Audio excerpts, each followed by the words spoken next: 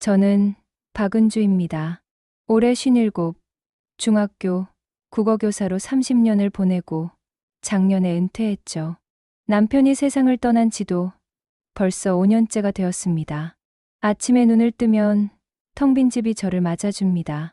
커피 한 잔 타서 거실에 앉으면 창밖으로 보이는 아파트 단지가 참 삭막해 보이죠. 아들은 미국에서 박사과정을 밟고 있고 딸은 부산에서 결혼 준비를 하고 있어서 연락은 일주일에 한 번 정도나 할까요? 교직에 있을 때는 정말 바빴습니다. 아이들 가르치랴, 학부모 상담하랴, 집에 와서는 남편 뒷바라지하랴. 그런데 은퇴하고 보니 시간이 이렇게 느릿느릿 흘러가는 줄 몰랐어요. 텔레비전을 켜도 재미있는 게 없고 책을 읽어도 집중이 안 됩니다. 어제는 남편의 책상 서랍을 정리하다가 우연히 오래된 일기장을 발견했어요. 결혼 첫 해에 쓴 건데 오늘 은주가 웃는 모습이 참 예뻤다는 글귀를 보고 한참을 울었죠. 그 사람이 그렇게 세심하게 저를 관찰하고 있었다는 걸 몰랐거든요. 평생을 남을 위해 살았습니다. 학생들을 위해, 남편을 위해, 아이들을 위해. 그런데 이제 와서 문득 드는 생각이 있어요. 내가 주인공인 이야기는 언제 시작되는 걸까요? 남은 인생이 이렇게 그냥 흘러가도 되는 건가 하는 허탈함이 밀려오곤 합니다. 동네 할머니들이 모여서 수다를 떨거나 게이트볼을 하는 모습을 보면 부럽기도 해요. 저는 성격상 그런 모임에 끼기가 어려워서 늘 혼자만 있게 되죠. 남편이 살아있을 때는 그 사람이 저의 세상 전부였는데 이제는 정말 혼자가 되었다는 실감이 납니다. 이런 생각을 하다 보니 문득 대학 시절 친구 정수기가 떠올랐어요. 그 친구만큼은 저랑 비슷한 처지일 거라는 생각이 들었습니다. 평생 결혼하지 않고 혼자 살아온 친구죠. 예전에는 안쓰럽게 생각했는데 지금은 오히려 부러워집니다. 자기만의 시간을 어떻게 보내는지 궁금해졌어요. 오늘도 거실 소파에 앉아 아무 생각 없이 시간을 보내고 있습니다. 시계 초침 소리만 똑딱똑딱 들려오죠. 이런 날들이 계속될 거라고 생각하니 답답해집니다. 뭔가 변화가 필요한데 뭘 해야 할지 모르겠어요. 남편이 마지막으로 해준 말이 생각납니다. 병원 침대에서 제 손을 잡고 말했죠. 당신은 아직 젊으니까 내가 없어도 잘 살아야 한다고. 새로운 인생을 시작해도 좋다고. 그때는 그냥 위로의 말로만 들었는데 지금 생각해보니 진짜 그런 뜻이었나 봅니다. 정수기에게 전화를 걸었습니다. 오랜만이었지만 반가워하더라고요. 커피숍에서 만나자고 했는데 그 친구가 예전보다 훨씬 밝아 보였어요. 뭔가 다른 게 있다는 느낌이 들었습니다. 은주야, 요즘 재미있는 걸 하나 발견했어. 정수기가 커피를 줬으며 말했습니다. 실버 세대를 위한 특별한 여행 프로그램이 있거든. 진짜 신기한 거야. 처음엔 무슨 소리인가 했어요. 정수기가 설명하는 걸 들어보니 정말 독특한 프로그램이었습니다.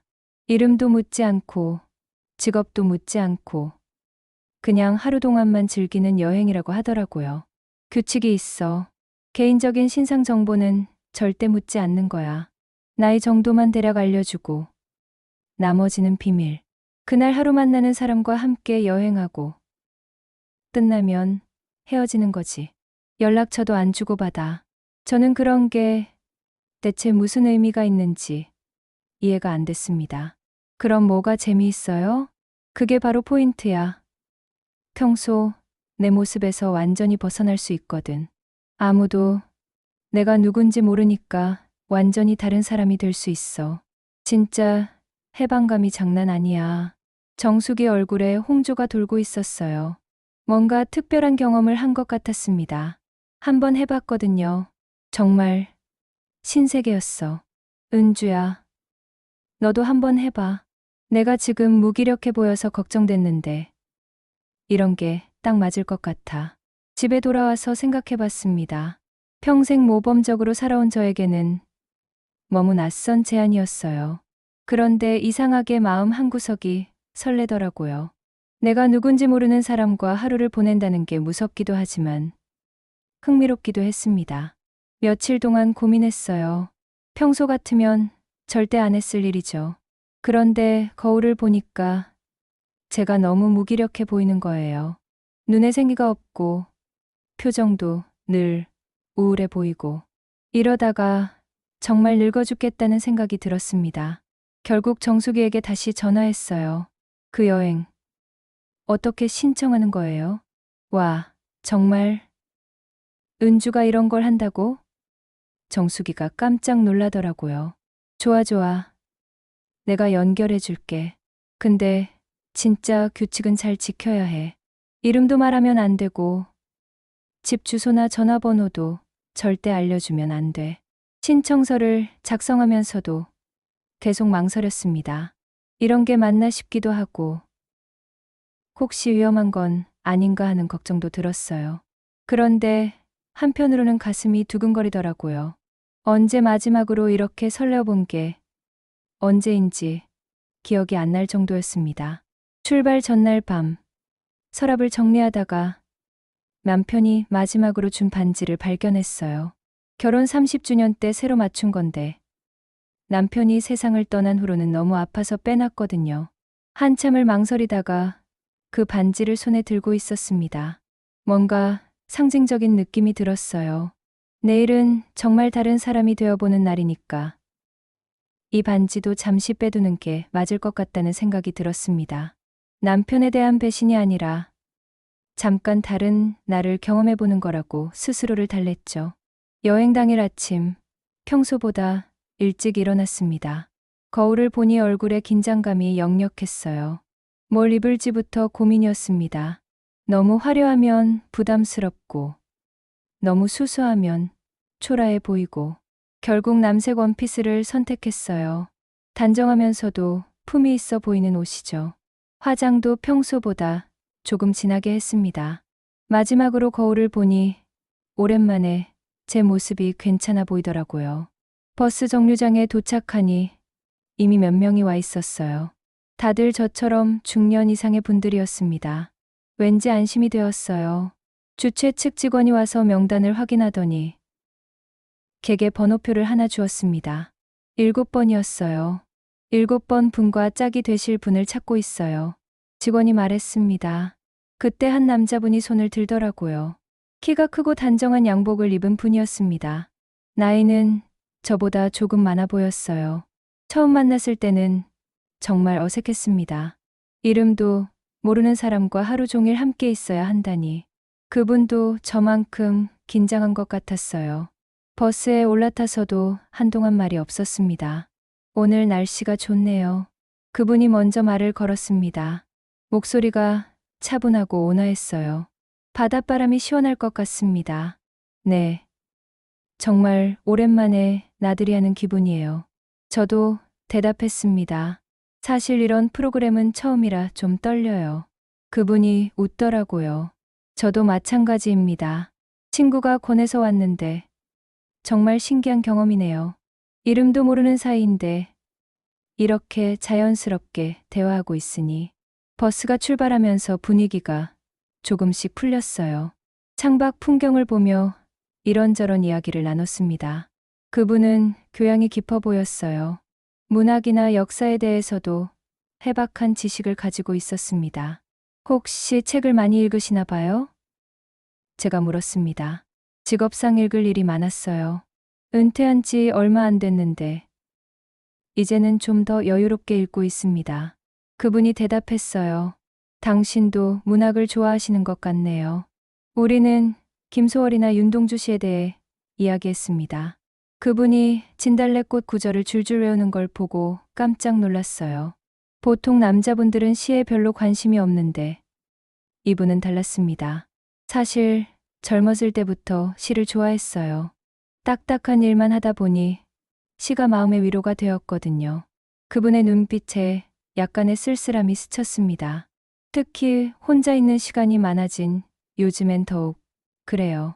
그 말에서 뭔가 비슷한 처지라는 느낌을 받았어요. 이 사람도 혼자 사는 것 같다는 생각이 들었습니다. 왠지 친근함이 느껴지기 시작했어요. 목적지까지는 2시간 정도 걸렸습니다. 처음엔 어색했지만 점점 대화가 자연스러워졌어요. 이름을 몰라도 이렇게 마음이 통할 수 있구나 하는 신기한 경험이었습니다. 도착한 곳은 작은 어촌 마을이었습니다. 파도 소리가 귓가에 시원하게 들려오더라고요. 오랜만에 맡아보는 바다 냄새에 마음이 확 트이는 느낌이었어요. 점심은 마을 식당에서 해물찜을 먹었습니다. 그분이 새우 껍질을 깔끔하게 벗겨서 제 앞에 놓아주시더라고요. 자연스러운 배려였는데 왠지 가슴이 따뜻해졌습니다. 남편이 그랬던 것처럼 오랜만에 이렇게 맛있는 해물을 먹어보네요. 제가 말했어요. 저도 그래요. 혼자 살다 보니 이런 음식은 거의 안 먹게 되더라고요. 그분이 대답했습니다. 역시 혼자 사시는군요. 식사 후에는 바닷가를 걸었습니다. 모래사장이 넓고 깨끗했어요. 파도가 밀려왔다 빠지기를 반복하는 걸 보니 마음이 평온해졌습니다. 오랜만에 이런 여유를 느껴보는 것 같았어요. 바다를 보고 있으니 마음이 정화되는 기분이에요. 저는 파도를 바라보며 말했습니다. 맞아요. 세상 일이 다 사소해 보여요. 그분도 바다를 바라보며 답했습니다. 사실 요즘 많이 외로웠거든요. 그 말에 저도 용기를 내서 제 마음을 털어놓았어요. 저도 마찬가지예요. 평생 누군가를 위해 살다가 갑자기 혼자가 되니까 어떻게 살아야 할지 모르겠더라고요. 혹시 혼자 되신 지 오래되셨나요? 5년 정도 됐어요. 처음엔 정말 힘들었는데 이제는 외로움에 조금 적응된 것 같기도 하고 저는 솔직하게 말했습니다. 저도 비슷해요. 사실 결혼 생활이 오래전부터 형식적이었거든요. 함께 살았지만 진짜 대화는 거의 없었어요. 그래서 혼자가 된 게 크게 다르지 않다고 생각했는데 막상 정말 혼자가 되니까 허전하더라고요. 우리는 그렇게 바닷가를 걸으며 각자의 외로움에 대해 이야기했습니다. 평소 같으면 이런 깊은 이야기를 처음 만난 사람과 할 수 없었을 텐데 이름을 모르는 사이라서 오히려 더 솔직해질 수 있었어요. 해가 지면서 하늘이 붉게 물들었습니다. 정말 아름다운 노을이었어요. 와, 진짜 예뻐요. 저도 모르게 탄성을 질렀습니다. 같이 보니까 더 아름다운 것 같네요. 그분이 저를 바라보며 말했어요. 그때 우리 눈이 마주쳤습니다. 순간 가슴이 두근거렸어요. 저녁에는 버스 안에서 노래방 시간이 있었습니다. 처음엔 부끄러워서 안 하려고 했는데 다른 분들이 재미있게 부르시는 걸 보니 저도 하고 싶어졌어요. 오래된 가요를 선택했는데 부르다가 갑자기 눈물이 났습니다. 그분이 제 옆에 앉으셔서 조용히 손수건을 건네주셨어요. 괜찮아요. 울고 싶을 때 우는 거예요. 따뜻한 위로였습니다. 그날 밤 숙소에서 우연히 복도에서 마주쳤어요. 두 사람 다 잠이 안 와서 밖으로 나온 것 같았습니다. 바닷바람을 맞으며 이야기를 나누다가 어느새 가까워져 있었습니다. 자연스럽게 손을 잡게 되었고 그 따뜻함에 마음이 녹았어요. 아침이 밝았습니다. 어젯밤 일이 꿈만 같았어요. 오랜만에 느껴본 설렘과 따뜻함이었습니다.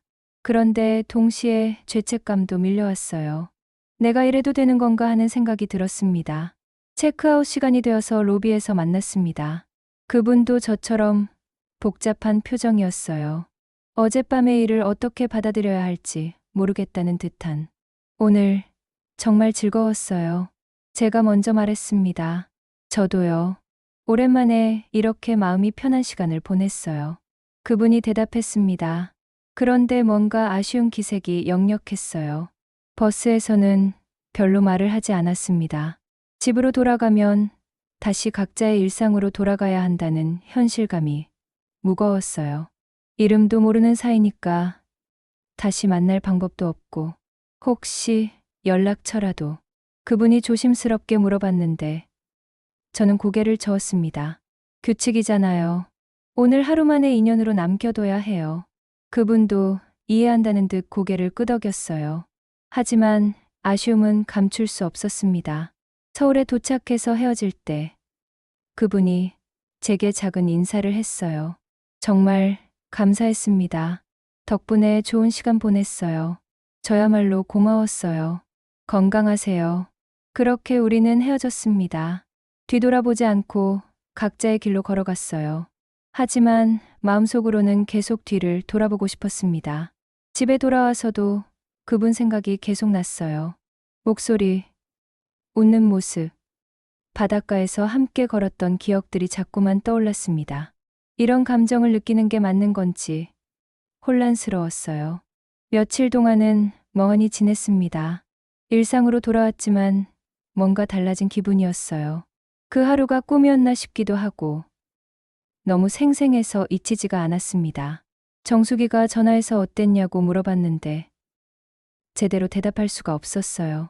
좋았다고 하기엔 복잡하고 나빴다고 하기엔 그렇지도 않고 괜찮았어요. 새로운 경험이었어요. 그렇게만 대답했습니다.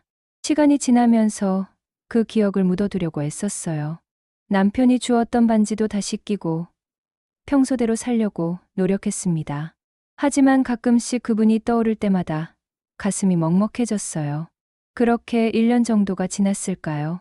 어느 날 딸에게서 전화가 왔습니다. 엄마, 상견례 날짜 잡았어요. 다음 주 토요일 어떠세요? 드디어 딸의 결혼이 구체화되는구나 싶어서 기뻤어요. 좋지. 어디서 할 거야? 호텔 레스토랑에서 하기로 했어요. 엄마, 그날 좀 예쁘게 입고 오세요. 처음 만나는 자리니까. 상견례. 생각만 해도 긴장되더라고요. 예비 사위 부모님을 처음 만나는 자리잖아요. 좋은 인상을 드려야 하는데 혼자서 가야 한다는 부담감도 있었습니다. 상견례 당일 평소보다 1시간 일찍 일어났습니다. 뭘 입을지부터 고민이었어요. 너무 화려하면 부담스럽고 너무 수수하면 초라해 보이고 결국 회색 정장에 진주 목걸이를 매치했습니다. 화장도 신경 써서 했어요. 오랜만에 파운데이션까지 발라서 얼굴이 한결 밝아 보였습니다. 거울을 보니 그런대로 괜찮아 보이더라고요. 호텔에 도착해서 레스토랑을 찾았습니다. 딸과 예비 사위가 먼저 와 있었어요. 딸이 저를 보고 활짝 웃으며 손을 흔들었습니다. 엄마, 여기요. 제가 테이블로 다가가는데 예비 사위 부모님이 일어나서 인사하시더라고요. 그런데 아버님을 보는 순간 머리가 하얗게 됐습니다. 바로 그분이었어요. 1년 전 바닷가에서 만났던 바로 그 남자분. 순간 어지러워서 다리에 힘이 풀릴 것 같았어요. 그분도 저를 보고 깜짝 놀라시는 게 얼굴에 역력했습니다. 하지만 두 사람 다 티내지 않으려고 애썼어요. 처음 뵙겠습니다. 최도연입니다. 그분이 정중하게 인사했습니다. 네, 박은주입니다. 반갑습니다. 저도 최대한 자연스럽게 대답했어요. 하지만 목소리가 떨렸습니다. 아이들은 우리가 처음 만나는 줄 알고 있으니까 서로 소개를 시켜줬어요. 그 상황이 너무 아이러니했습니다. 이렇게 가까운 관계가 될 줄이야. 어머님, 저희 아버지세요. 예비, 사위가 소개했습니다. 아, 네. 아드님이 정말 좋은 분 같던데요. 제가 어색하게 대답했어요. 앉아서 식사를 하는 동안 계속 그분과 눈이 마주쳤어요. 둘 다 당황한 기색을 감추려고 애쓰고 있었습니다. 메뉴를 고르거나 물을 마실 때 손이 스치기라도 하면 깜짝 놀랐어요. 딸이 결혼 준비 이야기를 하는데 제대로 집중할 수가 없었습니다. 머릿속이 하얗게 되어서 대화 내용이 귀에 안 들어왔어요. 그분도 비슷한 상태인 것 같았습니다. 결혼식 날짜는 언제로 정했대요? 제가 물었는데 사실 딸이 이미 말했던 걸 못 들었던 거예요. 5월 셋째 주 토요일로 했어요, 엄마. 딸이 이상하다는 듯 저를 쳐다봤습니다. 아까 말씀드렸는데, 아, 맞다. 미안해. 저는 당황해서 물을 마셨어요. 그때 도연 씨가 조심스럽게 말했습니다. 혹시 어머님, 커피 좀 더 드실까요? 제가 주문해 드릴게요. 아, 네, 감사합니다. 제가 대답했는데 그 순간 우리 손이 살짝 스쳤어요. 전기가 흐르는 것 같은 느낌이었습니다. 식사가 끝나고 헤어질 때 딸이 다음에 또 만나자고 했어요.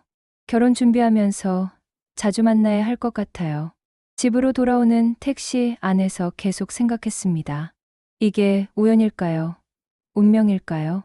수백만 명이 사는 서울에서 어떻게 이런 일이 생길 수 있는 건지. 그것도 하필 사돈이 되는 관계로. 그날 밤 잠을 못 잤어요. 계속 그분 얼굴이 떠올랐습니다. 1년 전 그날 밤의 일도 생생하게 기억났어요. 이제 어떻게 해야 할지 정말 모르겠더라고요. 결혼 준비가 본격적으로 시작되면서 도연 씨와 자주 마주치게 됐어요. 예복 맞추러 갈 때도 함께 가고, 식장 보러 갈 때도 함께 가고, 처음엔 정말 어색했습니다. 아이들 앞에서는 서로 모르는 척 했지만, 둘만 있을 때면 공기가 무거웠어요. 할 말이 많은데 할 수 없는 상황이었습니다. 어느 날 웨딩홀에서 상담을 받고 나오는 길이었어요. 딸과 예비 사위는 먼저 가고 저와 도연 씨만 남았습니다. 주차장까지 같이 걸어가는데 도연 씨가 갑자기 말을 걸었어요.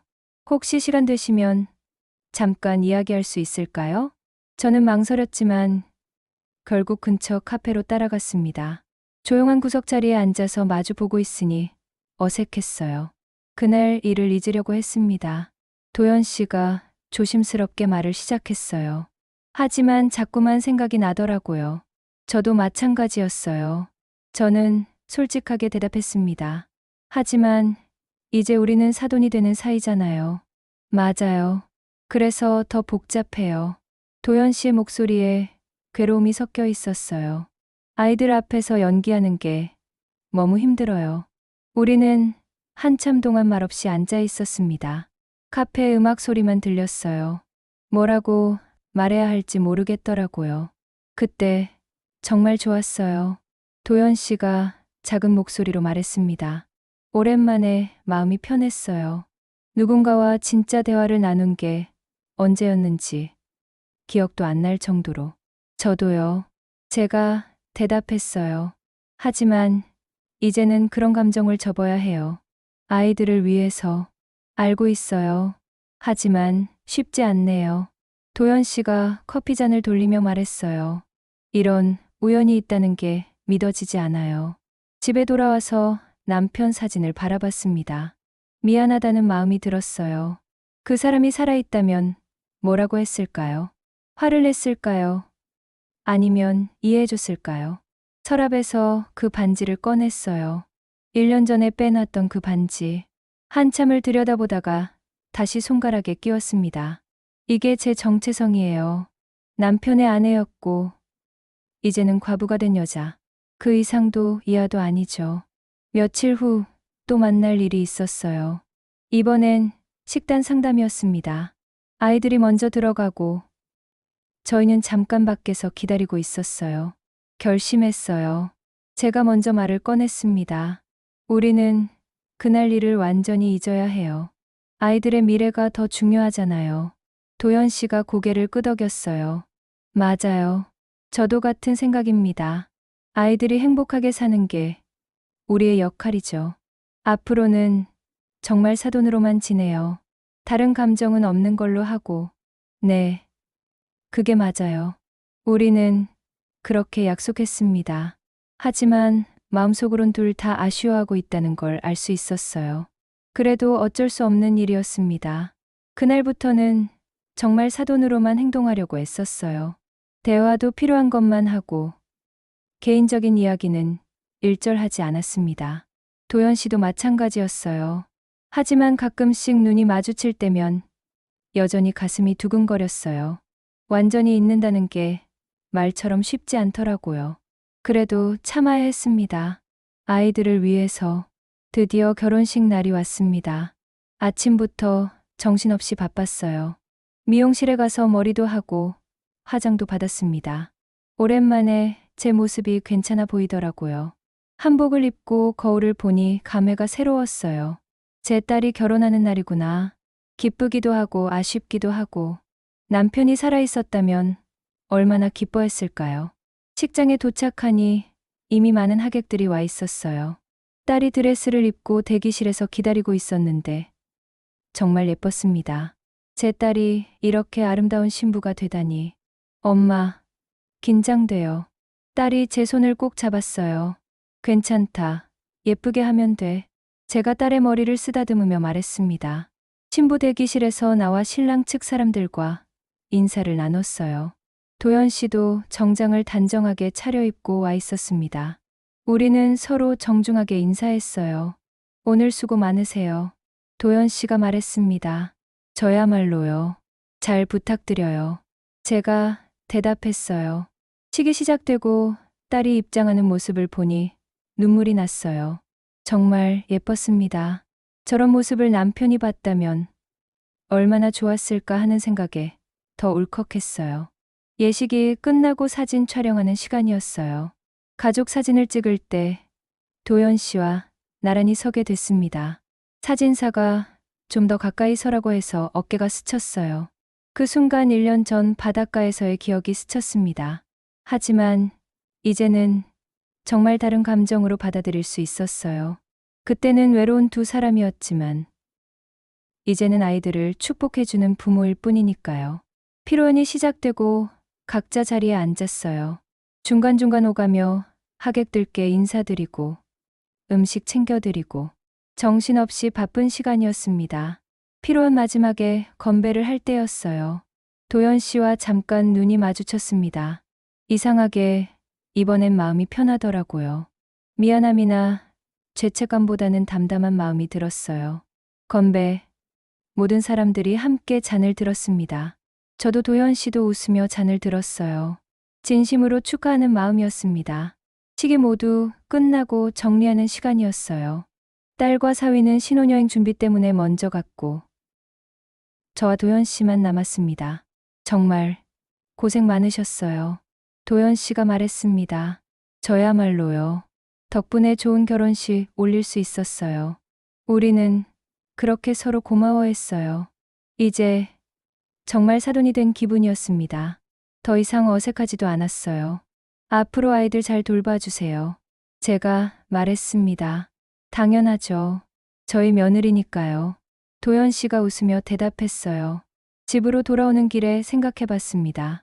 1년 전 그 만남이 없었다면 어땠을까요? 아마 오늘도 그냥 사돈으로만 만났을 겁니다. 하지만 그 일이 있었기 때문에 더 깊이 이해할 수 있었던 것 같아요.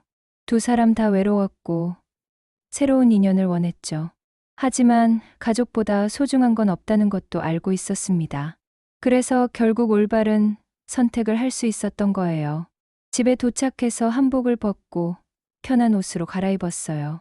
거울을 보니 하루 종일 웃었던 탓에 입가에 주름이 더 깊어진 것 같았습니다. 하지만 기분은 좋았어요. 딸에게서 문자가 왔어요. 엄마, 오늘 정말 고마워요. 사랑해요. 그 문자를 보니 모든 게 보람있게 느껴졌습니다. 내가 올바른 선택을 했구나 싶었어요. 앞으로도 좋은 사돈으로 지내면 될 것 같았습니다. 남편 사진 앞에 앉아서 하루 있었던 일을 이야기해줬어요. 여보, 우리 딸 결혼 잘했어. 사위도 좋은 사람이고 사돈 어른도 괜찮은 분이야. 걱정 안 해도 돼. 그렇게 말하니까 정말 마음이 편해지더라고요.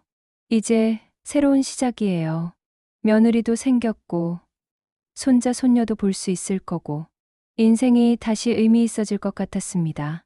창문을 열고 밤 공기를 마셨어요. 별이 참 많이 보이는 밤이었습니다.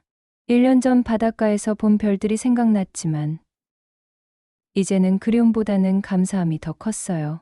그 만남이 있었기 때문에 오늘의 행복이 더 소중하게 느껴지는 것 같았습니다.